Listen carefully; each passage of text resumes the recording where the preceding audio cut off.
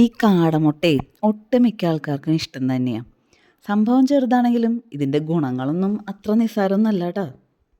ഇതിലെ പ്രോട്ടീൻ ധാരാളം ഉണ്ടെന്ന് എല്ലാവർക്കും അറിയാം. അതുപോലെ തന്നെ വൈറ്റമിൻ എ, പിന്നെ കോളിൻ, അങ്ങനെ ധാരാളം ആൻറ്റി ഓക്സിഡൻസും വൈറ്റമിൻസും ഒക്കെ ഇതിൽ അടങ്ങിയിട്ടുണ്ട്. ഈ വൈറ്റമിൻ എ ധാരാളം ഉള്ളതുകൊണ്ട് തന്നെ നമ്മുടെ കാഴ്ചശക്തി വർദ്ധിപ്പിക്കാൻ ഇതിനൊരു പ്രത്യേക കഴിവ് തന്നെയാണ്. പിന്നെ ഇതിന് എന്താ പറയുക, ഫുഡ് അലർജിയും സീസണൽ അലർജിയും അങ്ങനെ ചില അലർജികൾ കൺട്രോൾ ചെയ്യാനുള്ള ഒരു കഴിവുണ്ടെന്നാണ് പറയണത്. പിന്നെ ശ്വസന സംബന്ധമായിട്ടുള്ള അസുഖങ്ങൾക്കും ഇത് ഡെയിലി കഴിക്കുന്നതിലൂടെ ഒരു പരിധിവരെ ആശ്വാസം കിട്ടുന്നും സ്റ്റഡീസ് പറയുന്നുണ്ട് കേട്ടോ. നമുക്കതൊക്കെ വിട്ടിട്ടേ ഏറ്റവും എളുപ്പത്തിൽ എന്നാൽ നല്ല ടേസ്റ്റി ആയിട്ടുള്ള ഒരു കാടമുട്ട ഫ്രൈ എങ്ങനെ ചെയ്യണമെന്ന് നോക്കിയാലോ. ഞാനിവിടെ 6 കാടമുട്ട പുഴുങ്ങിയെടുത്തിട്ടുണ്ട്. കാടമുട്ട പുഴുങ്ങാൻ എല്ലാവർക്കും അറിയാലോ. വെള്ളം തിളയ്ക്കുമ്പോൾ നമ്മൾ ആവശ്യത്തിന് ഉപ്പും കുറച്ച് വിനാഗിരിയും ചേർത്തിട്ട് നമ്മുടെ ഈ കാടമുട്ടയും ചേർത്ത് ഒരു 10 മിനിറ്റ് പുഴുങ്ങിയെടുത്ത് കഴിഞ്ഞ് കഴിഞ്ഞാൽ നമ്മുടെ കാടമുട്ട പെട്ടെന്ന് വെന്ത് കിട്ടും. എന്നിട്ട് നേരെ തണുത്ത വെള്ളത്തിലേക്ക് മാറ്റി കഴിഞ്ഞാൽ നമുക്ക് അതിൻ്റെ തൊണ്ട് എളുപ്പത്തിൽ പൊളിച്ചെടുക്കാനും പറ്റും കേട്ടോ. പിന്നെ ഇതേ ഒരു പാൻ അടുപ്പത്ത് വെച്ചിട്ടുണ്ട്. അത് ചൂടാകുമ്പോൾ അതിലാവശ്യത്തിന് വെളിച്ചെണ്ണ ഒഴിച്ച് കൊടുക്കുക.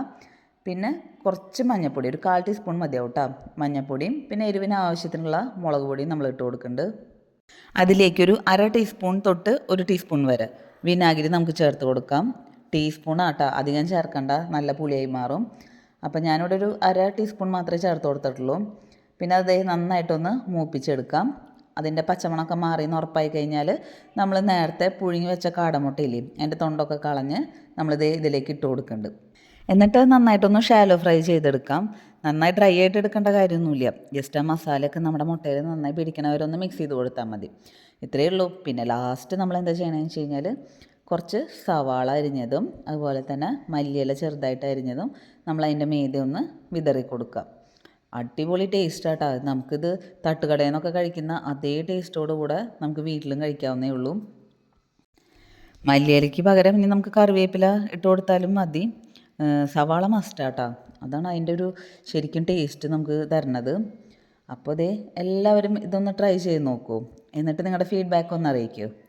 അപ്പം നമ്മുടെ കാടമുട്ട ഫ്രൈ നമുക്ക് മടിയുള്ള ദിവസങ്ങളിലൊക്കെ പെട്ടെന്ന് ചെയ്തെടുക്കാവുന്ന ഒരു സിമ്പിൾ റെസിപ്പിയാണ്. ചോറിൻ്റെ കൂടെയായാലും ചപ്പാത്തിയുടെ കൂടെയായാലും, ഇനി അതല്ല തനിയെ കഴിക്കാനാണെങ്കിലും ഒക്കെ അടിപൊളി ടേസ്റ്റ് തന്നെയാണ് കേട്ടോ.